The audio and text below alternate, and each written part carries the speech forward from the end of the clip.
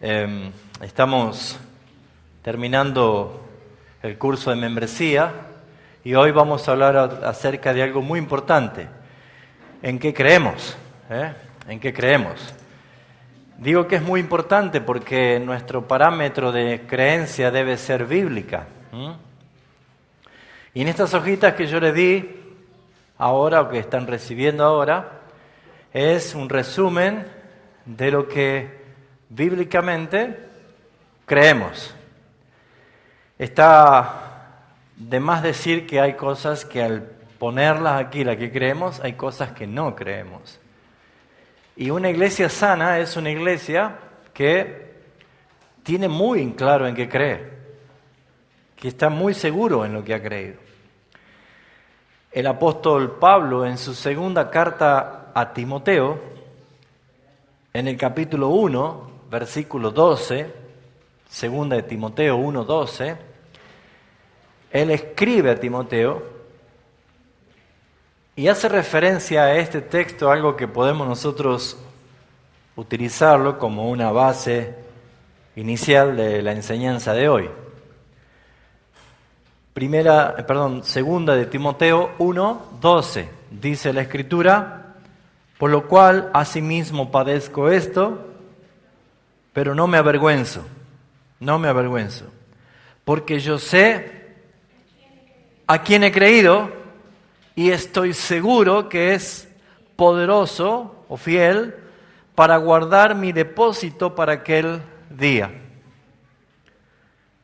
Por esa razón, ¿qué hay que hacer? Versículo 13, retén la forma de las sanas palabras que de mí oísteis en la fe y amor que es en Jesucristo.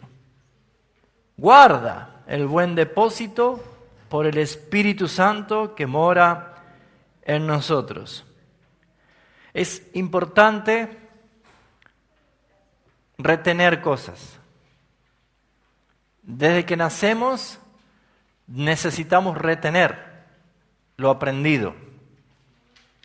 Y si nos cuesta aprender, nos disciplinamos para aprender. ¿Quién sufrió alguna vez con aprender las tablas matemáticas? Eso significa de que yo debo exigirme para retener, por ejemplo, las tablas matemáticas. Cuando estamos aprendiendo lengua y literatura o a escribir el lenguaje español, también debemos aprender lo que son las reglas básicas de la escritura. Verbo, los sustantivos, oraciones, adjetivos calificativos, los tiempos verbales. ¿Sufrió alguno de ustedes con los tiempos verbales?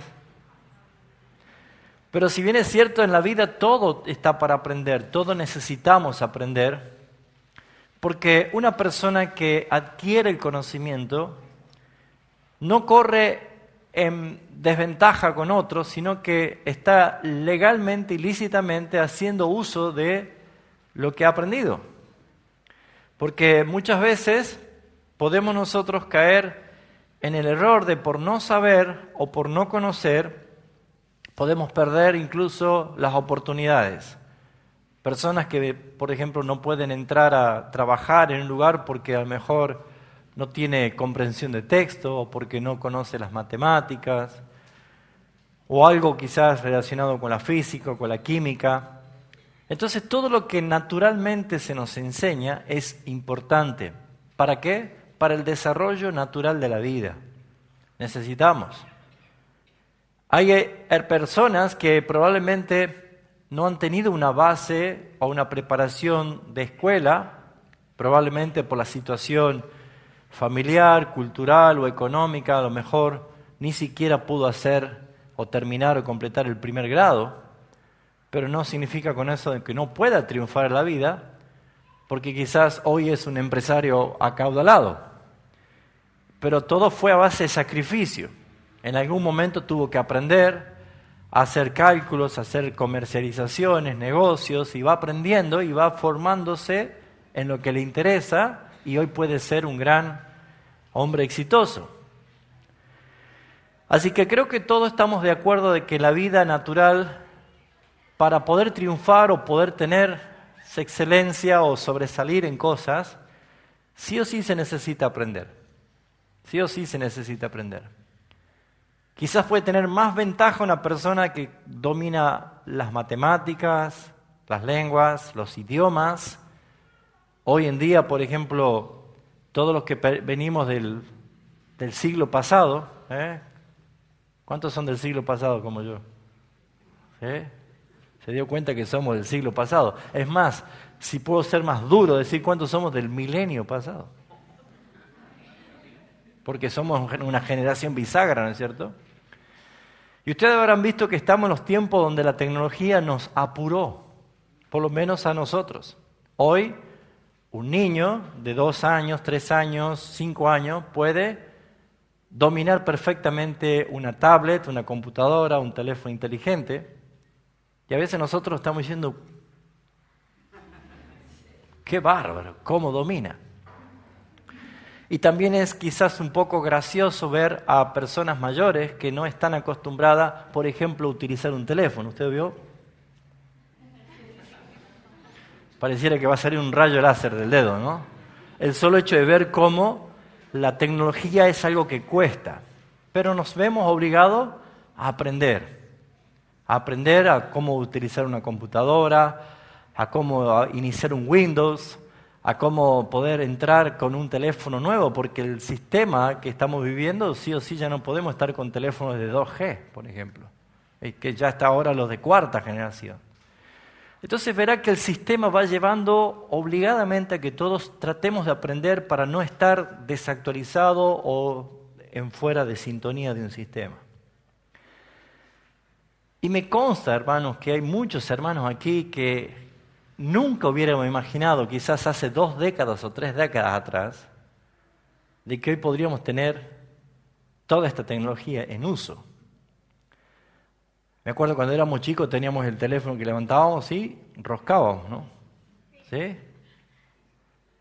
En algunos casos había que ir a las telefónicas, 4 o 5 cuadras para hablar teléfonos. Así que nos damos cuenta de que no hay excusa a la hora de decir yo tengo que aprender y adaptarme a esta vida, y cuando a mí me interesa, más lindo aprendo, ¿no es cierto? ¿Qué hablamos de los televisores? Hoy podemos hablar del televisor, pero antes, por ejemplo, nos teníamos que levantar con una frazada de la espalda para cambiar los 2 canales que teníamos. Tac, tac. ¿Sí? ¿Se acuerdan? ¿Cuántos se acuerdan? Yo era el único. Tac, tac, y volvíamos a la cama, ¿no es cierto? Hoy somos Gardel, ¿no? A distancia. Bueno, los televisores ahora son como un cuadro definito y son inteligentes. ¿Se habrá dado cuenta de que hoy tener un televisor inteligente donde podés poner un microchip, un pendrive, podés poner muchas cosas, incluso hasta vienen curvos, ¿no? Se dará cuenta de que nos ha sobrepasado la tecnología. Y nosotros no podemos quedar ajenos, porque si de pronto alguien te regala un Smart TV de 55 pulgadas, inteligente, y yo lo tengo allí, yo no puedo estar pretendiendo ver Canal Lógica a las 10 solamente. Se da cuenta que uno, por lo que nos interesa, nos preocupamos y nos proponemos aprender. Y a veces cometemos grandes errores por querer ser autodidacta con los aparatos nuevos. Y allí los llenamos de virus, ¿sí? Rompemos las cosas. ¿Por qué? Porque queremos nosotros aprender. ¿Por qué queremos aprender? Porque nos interesa. ¿Sí o no? Nos pasa todo. Así que, hermanos, voy a hacer la pregunta al revés. ¿Cuántos de los que están aquí no saben usar un teléfono? Porque hay todavía hermanos así. ¿Cuántos no saben usar un teléfono? Está aprendiendo, pero usted ya vi que tiene su WhatsApp, hermano, ¿no? Usted tampoco, hermano, ¿no? Ustedes dos tampoco, no saben mucho usar. Los menos, ¿no es cierto? ¿Usted, Ramón, se conecta o no se conecta? No se conecta. A la plancha nada más, ¿no? O sea que debo entender que todos los que estamos aquí sabemos usar un teléfono, que más no sea. ¿Entiende a dónde voy? ¿Alguien se está dando cuenta a dónde estoy yendo? ¿Qué nos importa más, la palabra de Dios o la tecnología? ¿Será? Es buena la definición, pero ¿me diría los 66 libros de memoria? Vamos.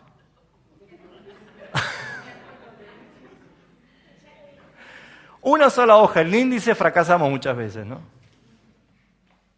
No estoy para tomar examen, estoy para crear conciencia de la necesidad de saber en qué creemos.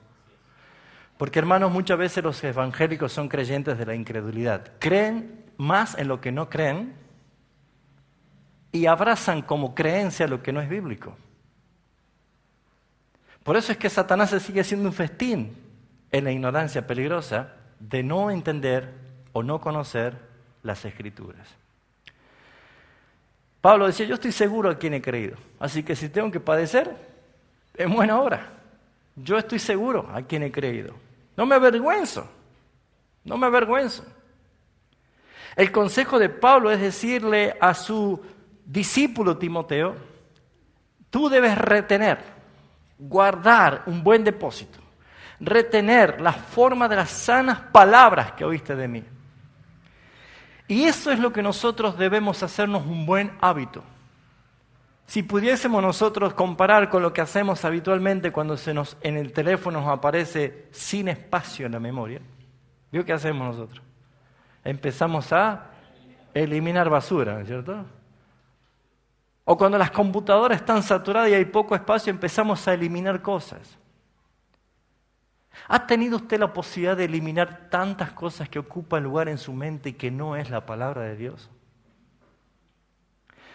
La hojita que yo le entregué en esta noche es un resumen de un credo bíblico. Lo que creemos, lo que realmente creemos.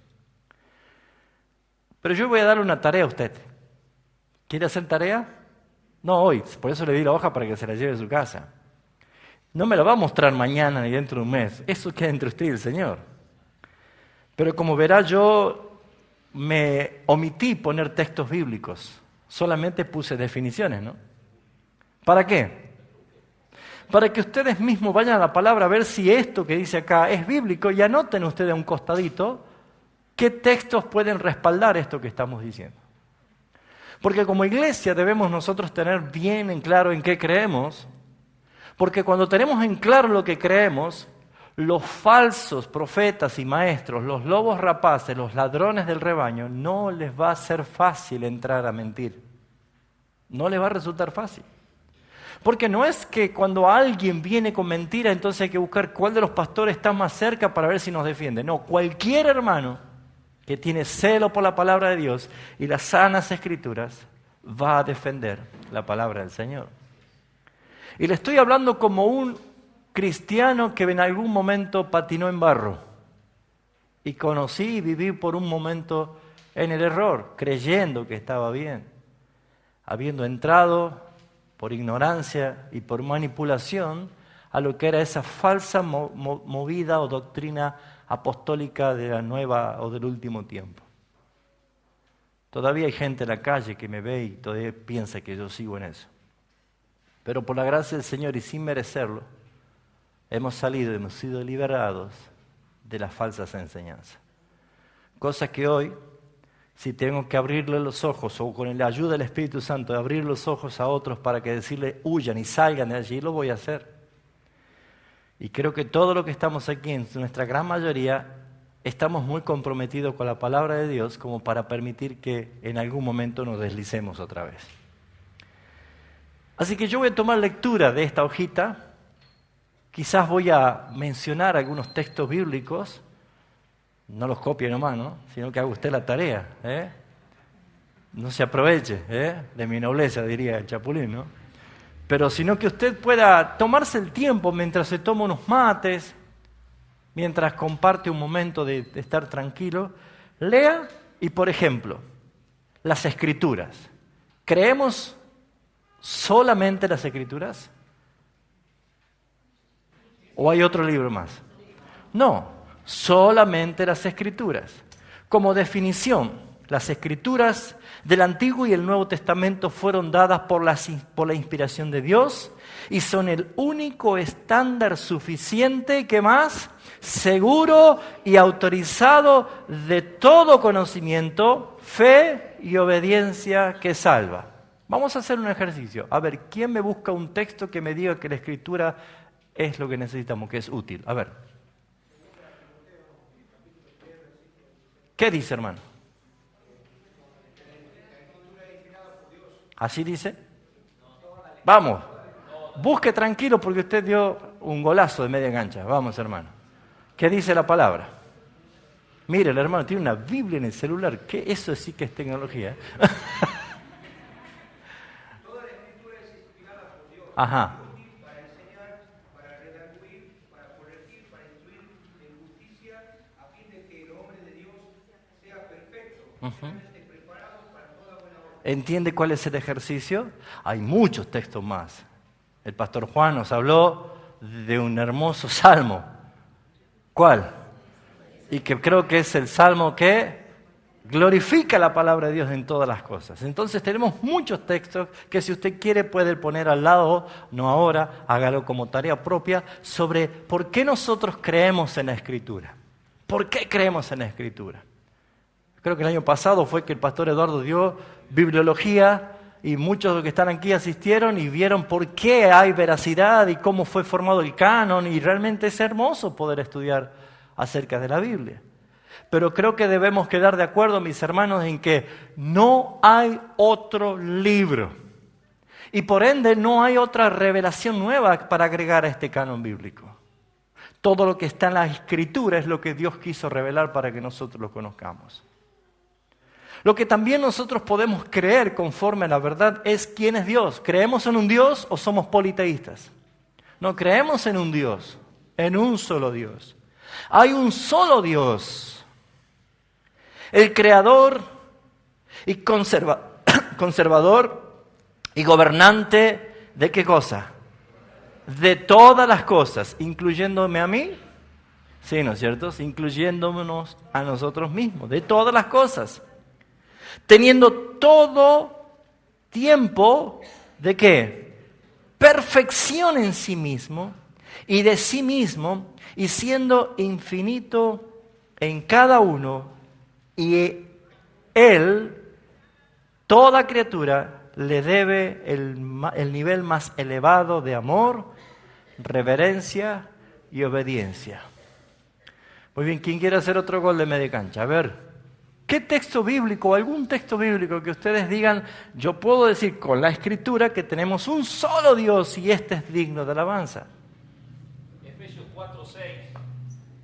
Un solo Dios y Padre de todos, el cual es sobre todos y por todos y en todos. Extraordinario, ¿no? Ya están anotando algunos, ¿no? Pero hay muchos textos que nos hablan acerca de esto, pero la Biblia, la palabra de Dios que acabamos de decir que creemos que es la única fuente de toda autoridad y verdad, ella, a quien nosotros creemos, nos dice que hay un solo Dios. Y no necesitamos intermediario, no necesitamos nadie que nos lleve a Dios, solamente hay un solo camino, y este es Jesucristo. Creemos en la Trinidad. Saben que hay sectas que no creen en la Trinidad. Hay sectas que no aceptan más que el nombre y la persona de Jesús, diciendo que el Padre y el Espíritu Santo son títulos. Pero nosotros creemos porque la Escritura nos enseña que Dios se revela a nosotros como el Padre, se revela como el Hijo y el Espíritu Santo. Los alumnos del seminario de William Carey el año pasado nos dieron una hermosa exposición de lo que es la Trinidad. Muy linda exposición. Está en videos, está dentro del blog del ministerio, así que si alguno quiere recordar, busque en gestucumán.blog y allí tienen todos los videos de enseñanza, para que ustedes puedan ver bíblicamente que Dios es un Dios en tres personas. Y dice, cada uno son distintos, con distintos atributos personales, pero sin división en su naturaleza, esencia o ser. Si bien es cierto, la palabra Trinidad en sí mismo no figura en la Escritura, pero sí podemos ver nosotros que claramente hace alusión que nuestro Dios es un Dios en tres personas. ¿Alguien tiene algún texto? Póngase en pie y lea fuerte el texto que tiene. Vamos. Consulte, haga consulta entre sus hermanos. ¿Habrá algún texto? ¿Habrá algo? Por ejemplo, el bautismo de Jesús, ¿qué pasó allí? Como para tener una idea de que hubo las tres personas manifiestas. Voy a Compartirlo. Juan 5:7. Uh-huh. Dice, tres son los que dan testimonio en el cielo, el Padre, el Verbo y el Espíritu Santo, y estos tres son uno. Ese texto es el que más claro hace referencia en que por qué nosotros creemos que hay un Dios, un solo Dios, y que se revela a nosotros en tres personas, como el Padre, como el Hijo y como el Espíritu Santo. Por eso es que nosotros debemos tener nuestra fe y nuestra convicción en lo que la Escritura dice. Por eso es que lo primero que ponemos nosotros es la fe que tenemos y la convicción que tenemos en la palabra de Dios, porque ella nos revela de todas estas doctrinas verdaderas para crecer. ¿Vamos bien? Vamos a ver que también aparece la providencia. Nosotros creemos en la providencia de Dios. ¿Qué es la providencia? Muchas veces no relacionamos mucho con la providencia o no utilizamos mucho quizás en nuestras oraciones o en nuestras palabras hablar de la providencia de Dios, porque quizás no estamos familiarizados permanentemente con la providencia, pero cuando sepamos nosotros qué realmente es o qué describe la providencia de Dios, antes de hablar de milagros y de señales y cualquier otras obras de la gracia del Señor, es hablar de la providencia del Señor. Porque, ¿qué es la providencia? Lo que creemos es que Dios, desde la eternidad, hablando en su soberanía, desde la eternidad, decreta o permite que acontezcan todas las cosas. No hay accidentes, no hay errores, no hay hechos casuales. ¿Puede entender esto? Mejor voy a hacer la pregunta correcta. ¿Puede creer esto? Porque a veces entender llegamos a la encrucijada de llenarnos de preguntas, decir, ¿y por qué Dios permite esto? En realidad lo que nosotros tenemos es que creer por la fe que Él nos ha dado, para que podamos ver que no existe casualidades, sino causalidades. Hay un Dios que decretó todas las cosas. La misma palabra habla de que Él conoce cada una de sus estrellas y les puso nombre. La misma Escritura dice que Él tiene contado hasta nuestros cabellos, ¿sí? Con algunos hermanos no hay tantos problemas, ¿sí? Pero conoce todo, no cae ni una hoja de un árbol sin que Dios no lo sepa. Él es el que está en control absoluto y permite o no permite las cosas que sucedan. Porque desde la eternidad decreta o permite que acontezcan todas las cosas y sostiene, dirige, gobierna, ¿cuánto tiempo? Perpetuamente en todas las criaturas y todos los eventos, sin ser de ninguna manera el autor o el aprobador del pecado. Porque muchos pueden decir, entonces Dios es el autor del pecado. No es así. Esa es la consecuencia de la desobediencia del hombre. Y sin destruir el libre albedrío, ¿a qué referencia hace con esto? Sino que el hombre es responsable de sus actos. Las criaturas tienen responsabilidades. Las criaturas, todos los seres humanos, tenemos nuestra responsabilidad. Así que, mis hermanos, hay un Dios que decreta todas las cosas antes de la fundación del mundo y todas se cumplen. Se va poniendo difícil, ¿no? Pero ¿puede alguno buscar un texto aparte de Eduardo que nos dé? A ver, ¿Gabriel? Vamos, Gabriel, ahí van. Quiere empatar, Gabriel, ¿no?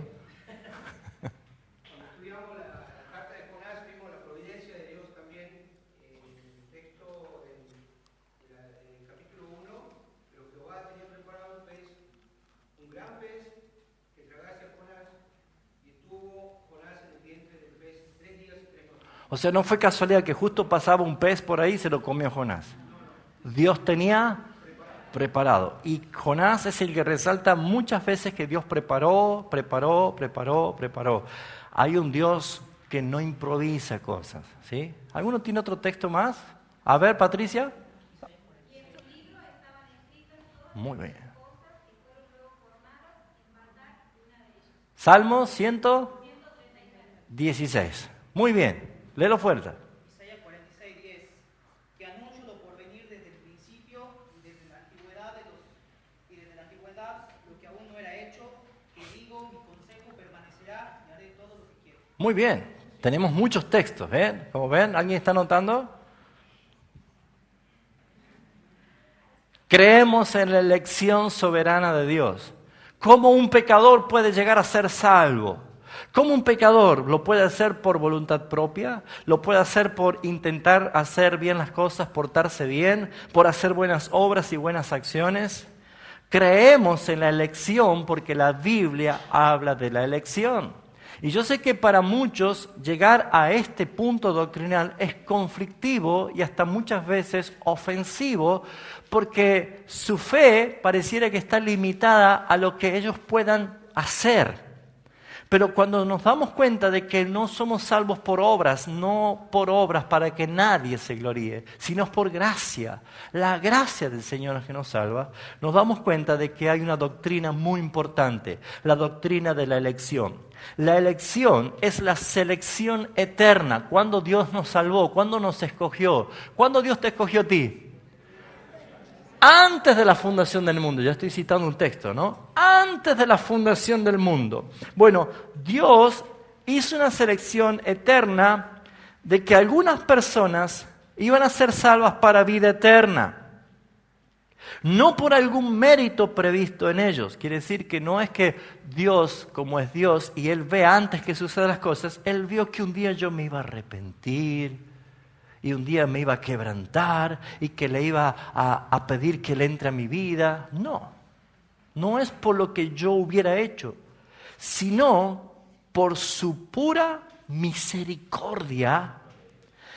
Cristo es el que tomó la obra de la redención. Y por consecuencia de estos, somos llamados a los que Él los llamó y fueron justificados y glorificados. Bueno, acá creo que me van a levantar varios las manos. A ver qué texto. Levante la mano. A ver, Lázaro. Efesios 1:3. Ajá. Bendito sea el Dios y Padre de nuestro Señor Jesucristo, que nos bendijo con toda bendición espiritual en los lugares celestiales en Cristo, según nos escogió en Él antes de la fundación del mundo, para que fuésemos santos y sin mancha delante de Él. Qué lindo. Habiéndonos predestinado para ser adoptados hijos suyos. Amén. Por medio de Jesucristo, según el puro afecto de su voluntad. ¿Y por qué ustedes creen en la elección? Porque la Biblia habla de elección. ¿Por qué creen en la predestinación? Acaba de citar, fueron predestinados. O sea, si está en la Biblia, yo lo creo. Y debo entender a qué está haciendo referencia el Señor. ¿Alguien tiene otro versículo más? Porque hay mucho de esto. Pero uno más por lo menos. Eduardo. Pero este engloba a Dios, la eternidad, la providencia. Dale.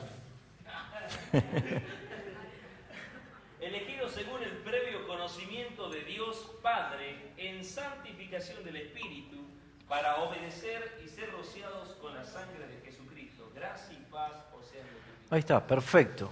O sea, veo que la Biblia da la respuesta a nuestros cuestionarios.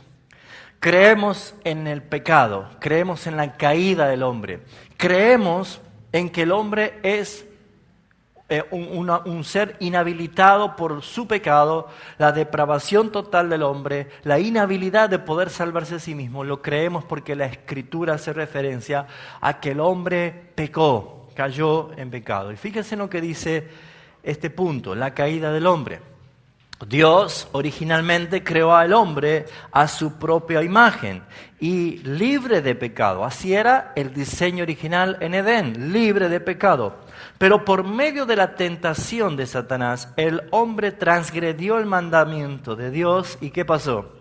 Y cayó de su santidad y justicia original, por lo cual su posteridad, es decir, sus descendientes, todos nosotros desde Adán, heredan la naturaleza corrupta y completamente opuesta a Dios y su ley, están bajo condenación y tan pronto como son capaces de acción moral, ¿qué hacen? Llegan a ser transgresores verdaderos. Esta definición la creemos y la tenemos que creer con toda profundidad.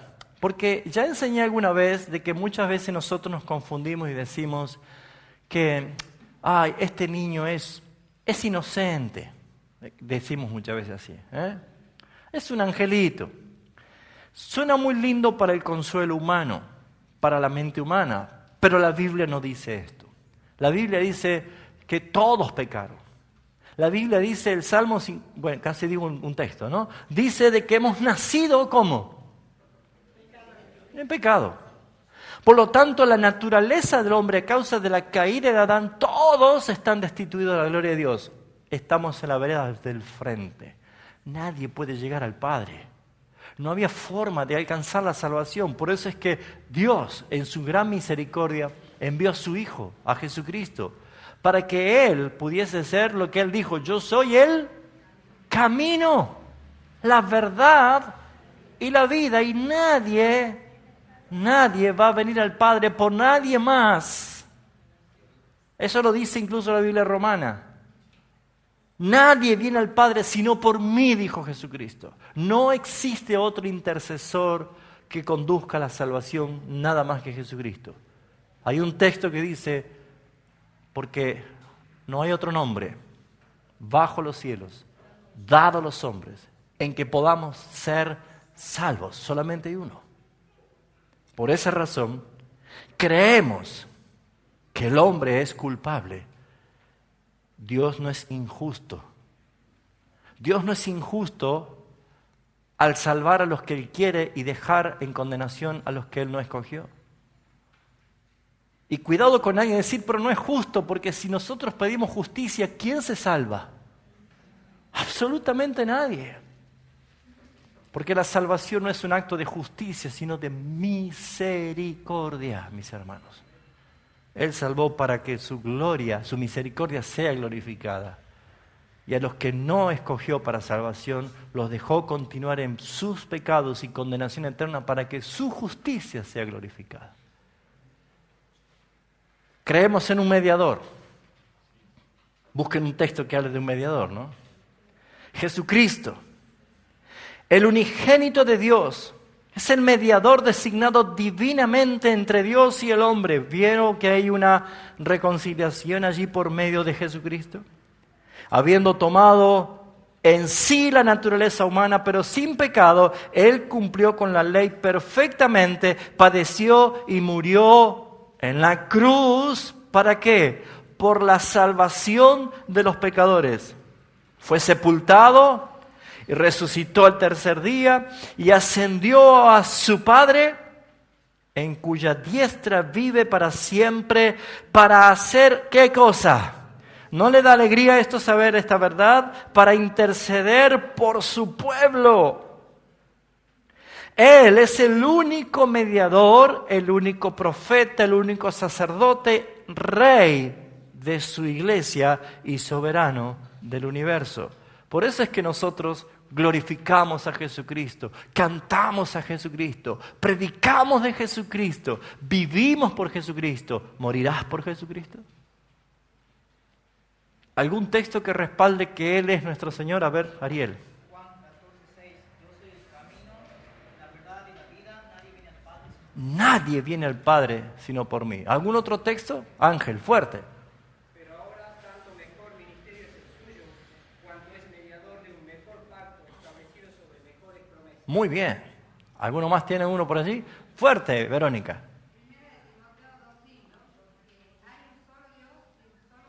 Un solo. Amén. Hay un solo. Tiene muchos textos bíblicos. Esto es entrar a la palabra y hacer la realidad en nosotros, porque esto es lo que creemos. Y volviendo al ejemplo de la tecnología que nosotros nos vimos obligados a aprender para poder usar, hermanos, siéntase obligado a aprender la Biblia. Porque el televisor, el teléfono, las antenas, los satélites, el mundo va a pasar. Pero mi palabra, dijo el Señor, permanece para siempre. Así que usted está adquiriendo un conocimiento eterno por la palabra del Señor. ¿Qué pasa con el hombre que está en pecado? Tiene serio problema. Está condenado. Pero Dios envía a su Hijo para que sea el mediador, el que nos reconcilie con el Padre y que pueda pagar el costo del pecado. Así que los que pueden creer son regenerados. Creemos en la regeneración. Nuestra iglesia cree en la regeneración. ¿Qué es la regeneración? Es el cambio de corazón. Algunos ya saben dónde menciona un texto muy importante del Antiguo Testamento. Es el cambio de corazón, una obra del Espíritu Santo, quien da vida a los que están muertos en sus transgresiones y pecados, iluminando sus mentes espirituales para salvación con el fin de entender, aleluya, la palabra de Dios y renovando su naturaleza completa para que amen y practiquen la santidad. Es una obra solamente de la gracia gratuita y especial de Dios. ¿Cuántos dicen amén por esto? ¿Creen en la regeneración? Claro que sí. Por eso es que hay muchos que intentan y van años a la iglesia, intentan y tarde o temprano ya no están más. Porque solamente buscaron a Dios por su intelecto, por sus pensamientos, pero nunca fueron regenerados. Hay un texto que dice que la puerca lavada vuelve al barro. Si no hay un cambio de naturaleza, no puede preservar. Algunos tienen algunos textos para compartir sobre la regeneración, este cambio de corazón que hace el Espíritu Santo. Sixto, fuerte, por favor. Ezequiel 11:19. Y le daré un corazón y un espíritu nuevo pondré dentro de él. Amén. Quitaré el corazón de piedra en medio de su carne y le daré un corazón de carne. Ajá, muchas gracias. ¿Quién más? Otro texto. ¿Alguno más? Sí, allá, ya te doy Romina, a ver. Efesios 2:1. Ajá. Y él os dio vida a vosotros cuando estabais muertos en vuestros delitos y pecados. Ahí está. Algo que también confirma lo que hizo el Espíritu Santo. Romina. Os daré corazón nuevo y pondré espíritu nuevo dentro de vosotros. Daré de vuestra carne el corazón de piedra y os daré un corazón de carne. Y pondré dentro de vosotros mi espíritu y haré que andéis en mis estatutos y guardéis mis preceptos y los pongáis por obra. Qué lindo. Y tenemos tantos textos más para poder entender la obra regenerativa que hace. Quiero resaltar el último renglón de la regeneración que hemos hablado. Es una obra solamente de la gracia como gratuita y especial de Dios. Porque ¿se acuerda que hemos aprendido que hay dos gracias? Gracia sobre gracia, hay dos gracias. ¿Cuál es? La gracia común y la gracia especial. La gracia común es que Messi haga tantos goles y sea un Dios, ¿no es cierto?, para la gente. Y le hacen así, Messi. Eso es gracia común porque nadie puede tener talentos, habilidades, destrezas, sabiduría si no es dada de lo alto. Santiago, bueno, otro texto, dice que no erréis, toda dádiva, todo don perfecto desciende del Padre. Eso es gracia común, que sale el sol para justos y pecadores y Dios manda lluvia para justos y pecadores.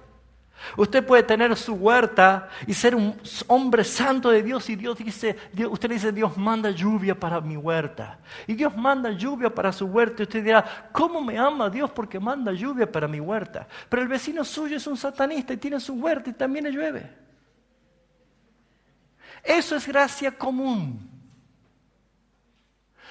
Cuando los pecadores que rechazaron el Evangelio mueren o llegan al juicio final sin haber aceptado la gracia salvífica, el Evangelio de Jesucristo, la condenación eterna consiste en la ausencia de la gracia y la misericordia de Dios. Pero la gracia especial es a los que Él escogió de antes de la fundación del mundo, les dio la fe para creer, los llamó porque los vivificó, escucharon su llamado, acudieron voluntariamente a su llamado, conocieron la verdad, se arrepintieron y fueron transformados y renovados por el Señor. Ese es un regalo especial para los que fueron llamados por el Señor. ¿Amén? ¿Vamos bien? El arrepentimiento. Creemos en el arrepentimiento. No en el remordimiento. La Biblia no habla del remordimiento. Pero sí hay textos bíblicos que hablan de falsos arrepentimientos. El arrepentimiento es una gracia evangélica. No estoy hablando de la religión evangélica, sino es una gracia que viene por las buenas noticias del Evangelio, en el cual el Espíritu Santo hace consciente a una persona de la maldad multiforme de su pecado para que sea humilde, para que se humille con tristeza piadosa y deteste y aborrezca el pecado. Esto es odiar el pecado. Y asimismo, con el propósito de caminar ante Dios de tal manera que le agraden todas las cosas. El verdadero arrepentimiento es un dolor, pero es un dolor al darse cuenta y entender lo grave de mi pecado y lo sucio de mi pecado.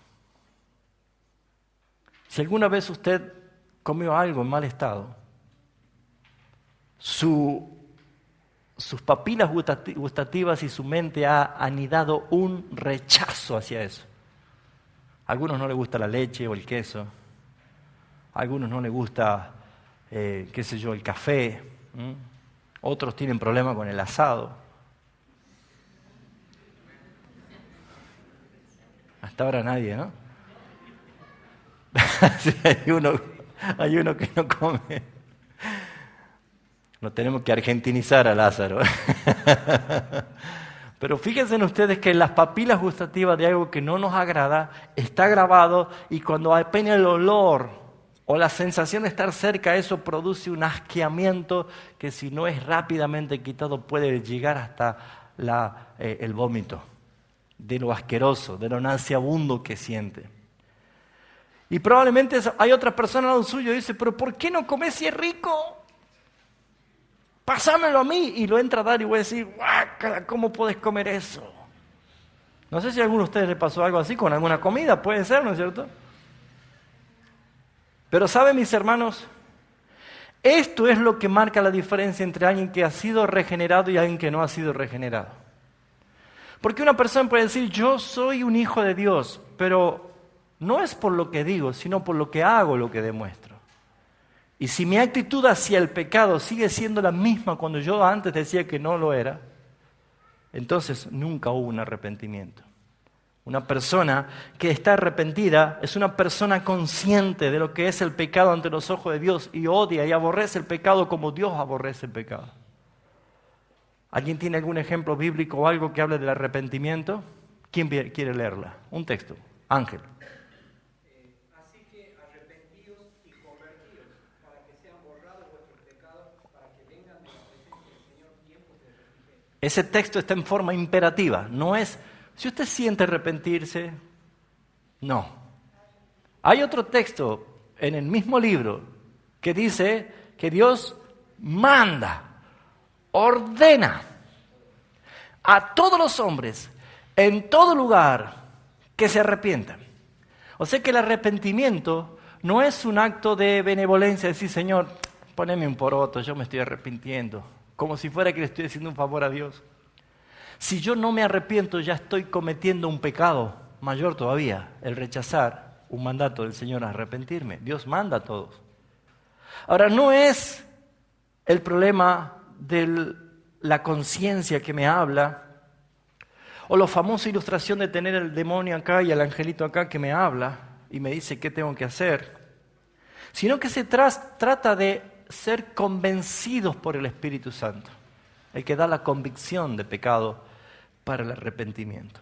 Por esa razón es muy importante que uno pueda conocer. ¿Alguien tiene un texto más del arrepentimiento que quiere leer, aportar? ¿No? Bueno, la fe, creemos en la fe. La fe salvadora es la creencia basada en la autoridad de Dios, de cualquier cosa que se revela en su palabra referente a Cristo. Yo no puedo creer en lo que dice la Biblia si no tengo la fe que me ha dado el Señor. Porque la Biblia dice que para el hombre natural es locura esto. No la puede creer, no la puede entender, es locura. Por esas razones que la fe es un don de Dios, un regalo de Dios, para poder creer todo lo que su palabra revela acerca de Cristo, aceptándolo y reposando en Él solamente para la justificación y la vida eterna. El Espíritu Santo el Espíritu Santo obra en el corazón y acompaña toda la gracia salvadora y lleva a una vida en santidad. ¿Habrá algún texto, algún capítulo que hable de la fe en la Biblia? A ver.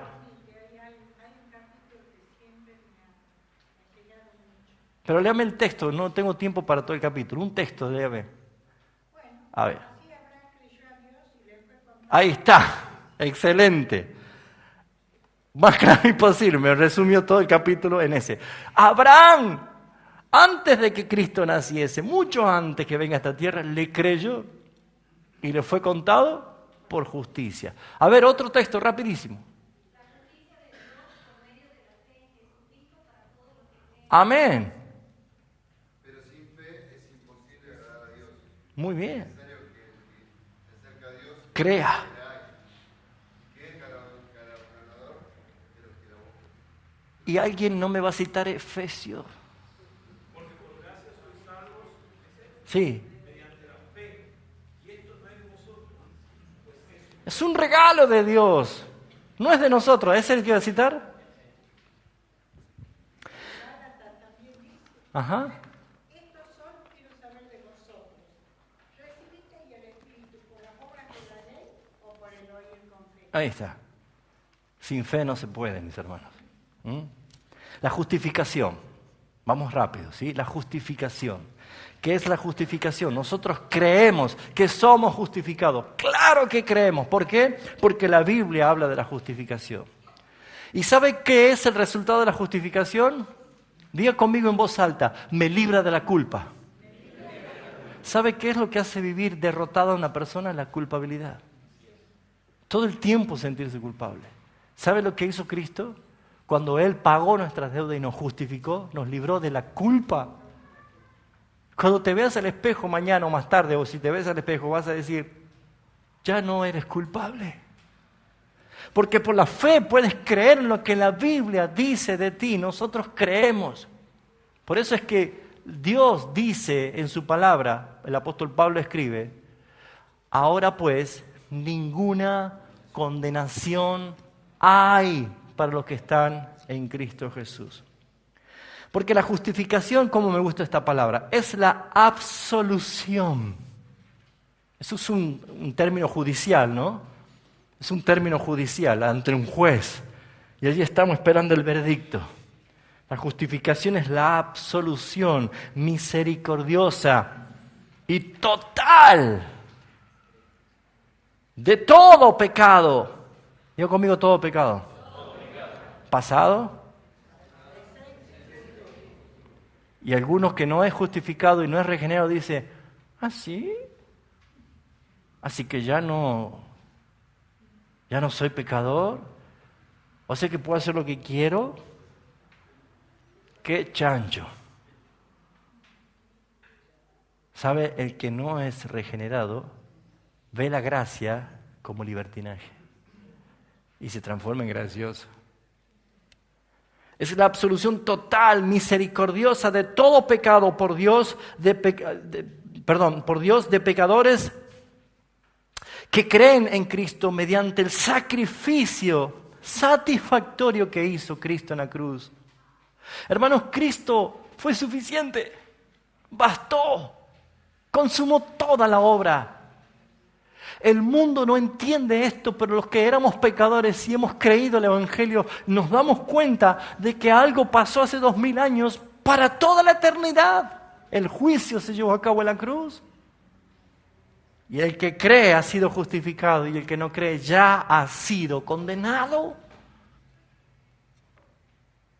Por esa razón, nos es dado por algo no merecido.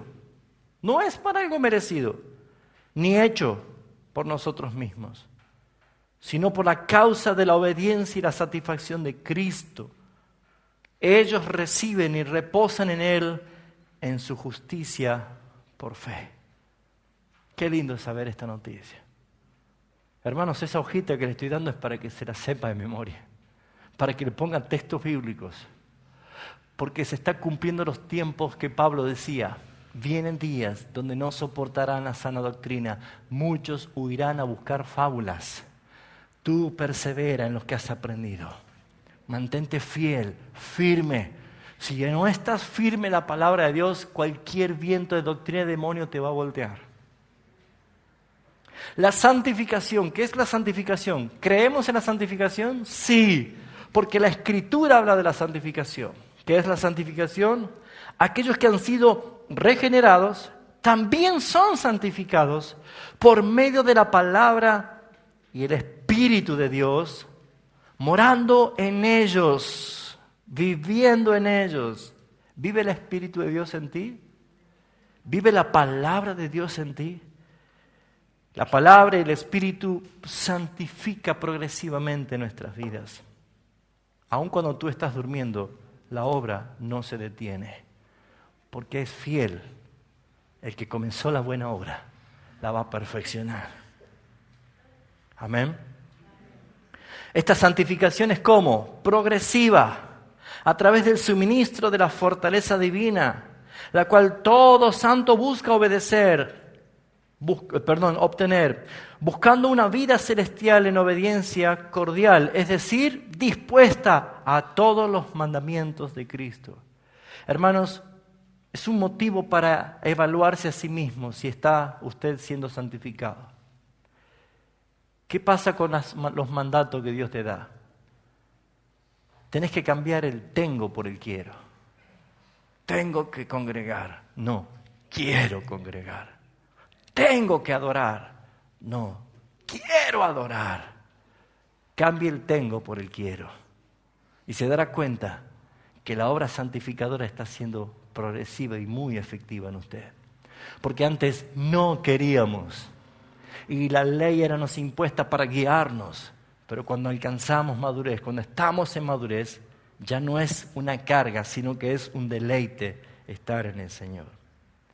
¿Hay algún texto de la santificación? A ver.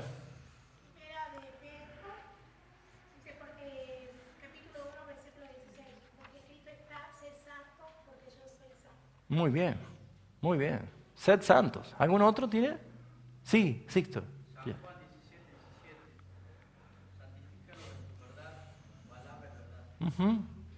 No es con agua bendita, es con la palabra. La palabra nos santifica. Nicolás.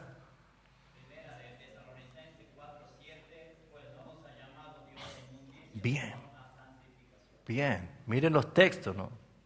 Hermosos textos. Yo creo que me pasé y no digo ningún texto de la justificación, ¿no es cierto? Pero hay uno muy conocido. Decilo. Justificados pues por la fe tenéis paz con Dios por medio de nuestro Señor Jesucristo. ¿Tenemos un spa? Paz. Ah, paz.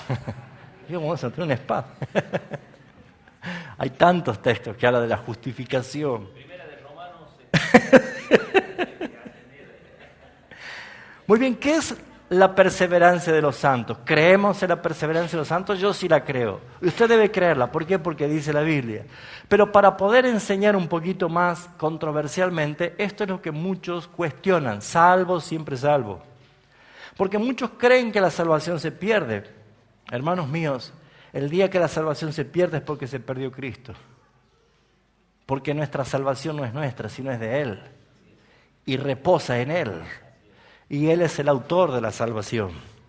Así que, ¿qué es la perseverancia de los santos? Es lo que a los que Dios ha aceptado en el amado. Ya estamos en un lugar en el amado que es Cristo. Y santificados por su Espíritu, jamás caerán totalmente ni rechazarán al final de cuentas su estado de gracia, sino que ciertamente perseverarán ¿hasta cuándo? Hasta el fin. Ahora quiero aclarar algo porque esto es algo de confesión de fe, que es este punto, y es muy importante que podamos verlo. Porque muchos dicen, bueno, pero mirá al hermano donde anda. En la calle, está cometiendo todo tipo de pecado, anda en el mundo, ese no es salvo. Si esa persona es un escogido de Dios, no va a perder su salvación. Aunque pase esto, fíjense, y no estoy hablando de permisión, sino que debemos entender esto. Y dice, ¿dónde iba? Perseverancia de los santos. Ahí está. Jamás caerán totalmente ni rechazarán al final de cuentas su estado de gracia, sino que ciertamente perseverarán hasta el final. Y aunque puedan llegar a caer en el pecado, ¿será por qué? Por negligencia y tentación, aun contristando al Espíritu, impidiendo sus gracias y sus consuelos, trayendo reproches a la iglesia, porque muchos de los que se van enojados con la iglesia, con el pastor, con el diácono, se van todos enojados, pero nunca se enojan con el trabajo, con el club de fútbol, nunca se enojan con ellos. Puede descender su club de fútbol y dice, más te quiero.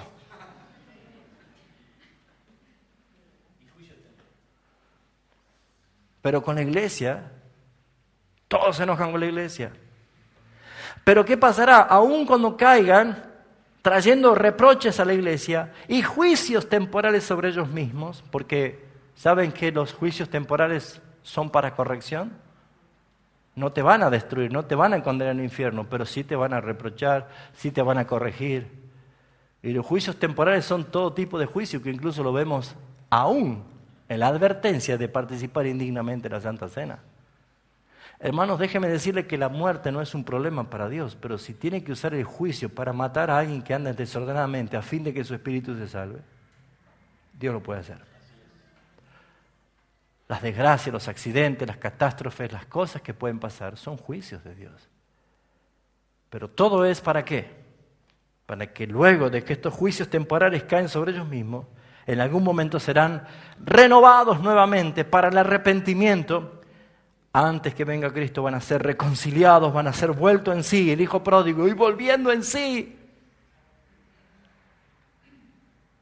serán conservados por el poder de Dios mediante la fe que da la salvación. ¿Habrá alguno que se anime a algún texto de la conservación, la preservación? A ver, Lázaro, sí, ya te di lugar. Lázaro. Judas, versículo 24. Ajá. Y aquel que es poderoso para guardarlos sin caída y presentarlos sin mancha delante de su gloria con gran alegría al único y sabio Dios, nuestro Salvador, sea la gloria, Qué lindo. majestad, imperio, potencia, ahora y por todos los siglos. Amén. Da ganas de alabar así, ¿no? Que nos guarda el Señor, sin caída, nos preserva, dice el Señor. Eduardo. Isaías 35:8. Y habrá allí calzada y camino, y será llamado camino de santidad.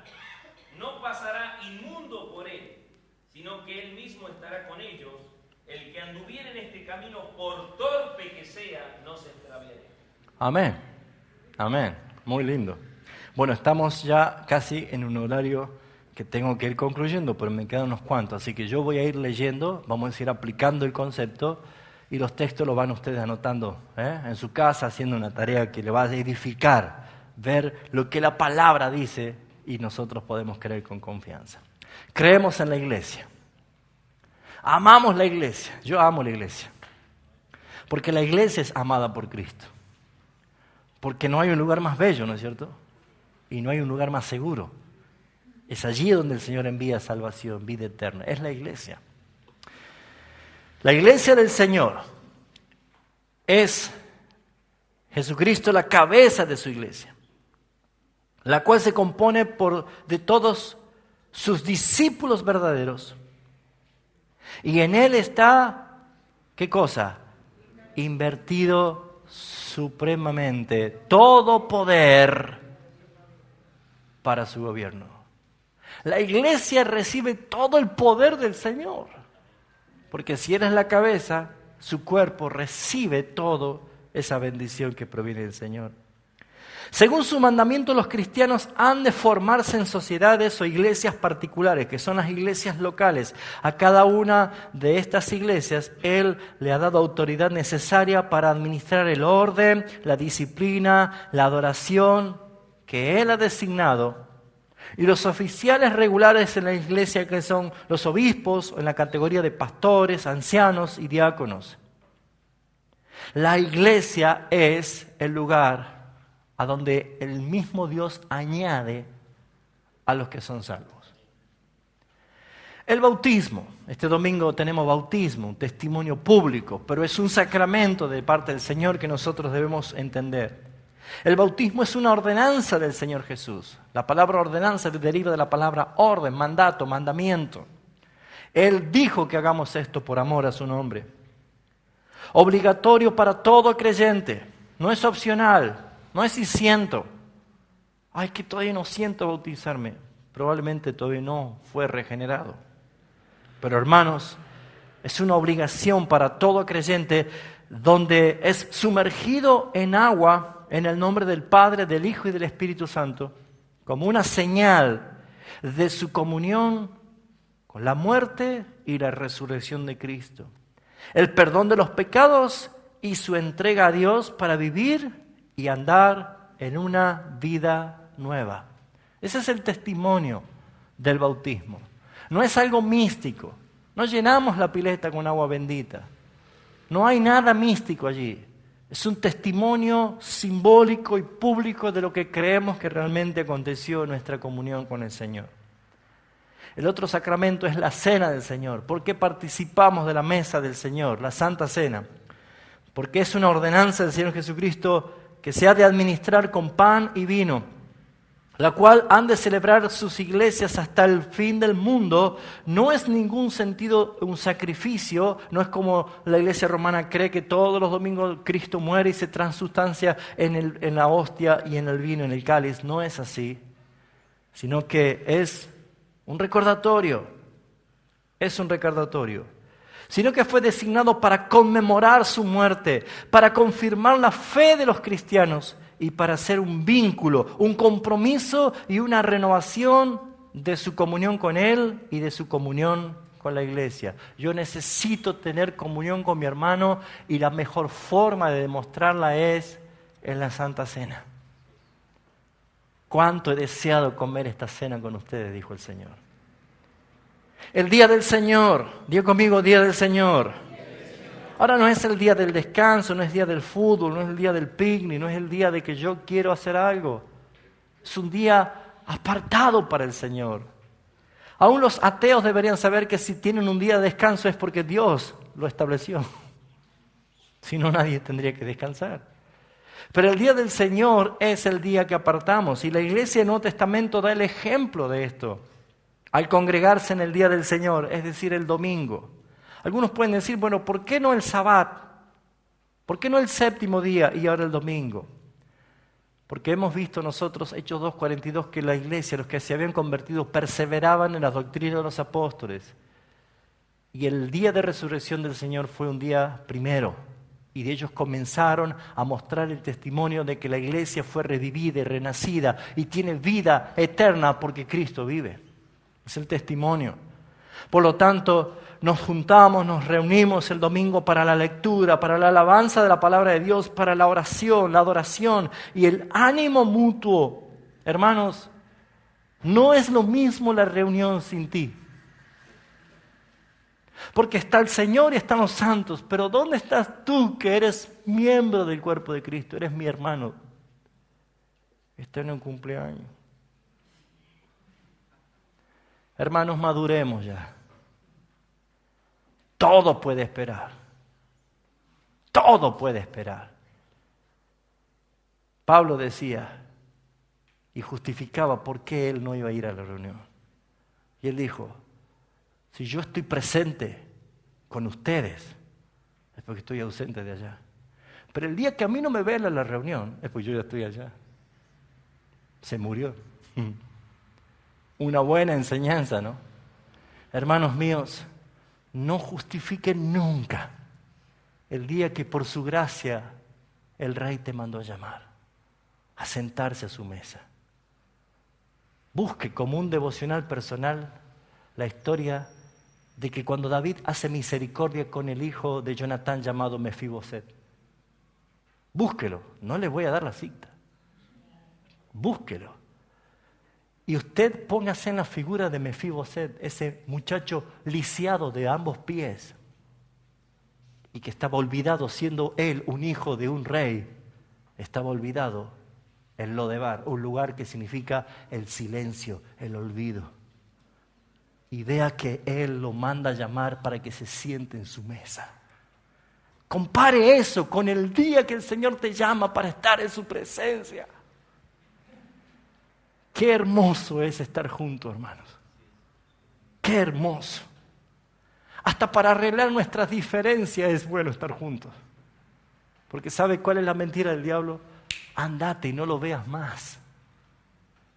Pero no hay miembro que siga vivo lejos del cuerpo. No hay, salvo que sea ortopédico. La libertad de conciencia. Solo Dios es el Señor de la conciencia. Esto es un tema muy importante. ¿Cómo nos relacionamos nosotros con el mundo? Hay una secta llamada los Testigos de Jehová que ellos no cantan el himno nacional, no hacen honores a la bandera, no hacen nada porque ellos no son de este mundo. ¿Cómo tenemos que hacer nosotros? ¿Es un honor que a tu hijo le den la bandera? Claro que sí es un honor.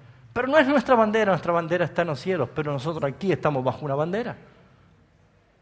Nuestro DNI, nuestro documento de identidad dice cuál es nuestra nacionalidad y tenemos que estar sujetos a la Constitución Nacional del país que nosotros hemos nacido o hemos sido recibidos. Por eso es que la libertad de conciencia es importante entender cómo Dios obra a través de las leyes y los gobiernos. Solo Dios es el Señor de la conciencia y Él ha dejado libre de doctrinas y mandamientos de los hombres. Quiere decir que usted dirá, ¿por qué Dios permite que haya países comunistas? Ustedes habrán visto lo que es Corea del Norte. ¿Por qué Dios permite esto? Dios le ha dado libertad. Y esa libertad no es otra cosa más que permitir que el hombre por la conciencia, por las leyes de Dios escritas en su mente y su conciencia, sean responsables de sus actos. Pero todas estas cosas necesitamos entender que los magistrados civiles son colocados por Dios. Hay un texto que habla de esto en Romanos, ya lo dije, ¿sí? Colocados por Dios, por lo cual la sujeción de todas las cosas legales ordenados por ellos deben ser efectuados en el nombre del Señor, no solamente para el castigo, sino también por los motivos. Ahí va el pastor, mire, pasa todos los semáforos en rojo. Pastor, ¿por qué no para en rojo? Porque yo no soy de este reino. ¿Vale la justificación? Pastor, ¿por qué usted no paga impuestos? Porque mi ciudadanía, mi mansión está en los cielos. No, mis hermanos. ¿Entienden de qué se trata esto? Sométase toda persona a las autoridades superiores, porque no hay autoridad que no provenga de Dios, y las que hay por Dios han sido establecidas. Amén. Toda autoridad. ¿Y quién dio el ejemplo? Nuestro Señor Jesucristo cuando le dijo a Pilato, ¿se acuerdan? No, a Pilato le dijo, ¿tú no sabes que yo tengo autoridad para soltarte o mandarte a la cruz? ¿Y qué le dijo él? Tú ninguna autoridad tendrías sobre mí si no te hubiera sido dada por mi Padre. Así que Jesús se puso bajo autoridad. ¡Wow! Creemos en la resurrección porque la Biblia habla de la resurrección, si no sería vana nuestra fe. No tendría sustento porque Cristo resucitó y en Él está nuestra esperanza. Pero los cuerpos de los hombres se convierten en polvo después de la muerte, pero sus espíritus regresan inmediatamente a Dios. Los justos descansan con Él y los impíos serán guardados bajo oscuridad para el día del juicio. En el día final, los cuerpos de todos los muertos, tanto justos como injustos, serán resucitados para comparecer en el día del juicio. Por eso es que el juicio también creemos. Hay un día que Dios ha establecido. Estoy pensando dentro de poco comenzar una serie de escatología para que también tengamos bien en claro qué es acerca de la segunda venida de Cristo. El juicio de Dios. Dios ha designado un día por el cual Él juzgará al mundo por medio de Jesucristo cuando le dará a cada persona según sus obras. Los perversos entrarán en castigo eterno y los justos a vida eterna. Hay un evangelio que habla de esto. ¿Alguien tiene un texto? ¿Lo tiene, Eduardo? ¿Algún texto? Tengo Corintios. Léelo, dale, de la resurrección. Sí, primera de Corintios 15 dice, pero si se predica que Cristo resucitó de los muertos, ¿cómo dicen algunos entre vosotros que no hay resurrección de los muertos? Porque si no hay resurrección de muertos, tampoco Cristo resucitó. Y si Cristo no resucitó, vana es entonces nuestra predicación Y vana nuestra fe. Y somos hallados falsos testigos de Dios, porque hemos testificado que Dios resucitó a Cristo, al cual resucitó si en verdad los muertos no resucitan. Así es. Y si los muertos no resucitan, tampoco Cristo resucitó. Y si Cristo no resucitó, vuestra fe es vana y aún están en vuestros pecados. Ahí está. Espero que le haya sido de ayuda a esta clase en lo que creemos. Guarda ese papelito. Si alguno no tienen, voy a tratar de sacar más fotocopia para que puedan tenerlo. ¿Sí? Espero que el que le di anteriormente lo tengan todavía, ¿no? ¿Sí? Pero guárdenlo para que ustedes hagan sus estudios. Quiero que tengan esa tarea de ponerle texto bíblico a cada una de esas creencias bíblicas que nosotros tenemos. Vamos a orar en el nombre del Señor. Queremos darte gracias, Padre Celestial, porque no podríamos creer sin el regalo de la fe que tú nos diste. Y creemos claramente tu palabra como la verdad tuya, Señor. Y podemos ser edificados por ella y podemos, Señor, crecer y madurar por ella y aún ser santificado cada día por ella. Gracias porque como iglesia, Señor, estamos aprendiendo cosas que nos van a hacer madurar y estar firmes y soportar las acechanzas del diablo. Queremos perseverar en todas las cosas y especialmente en el conocimiento de tu gracia y de tu misericordia. Nos vamos bendecidos, Señor, por todo lo que tú nos das. Bendice, Señor, a los que traen sus ofrendas con alegría y sencillez de corazón, sabiendo que tú nunca nos haces faltar nada. La gloria sea para Cristo Jesús. Amén.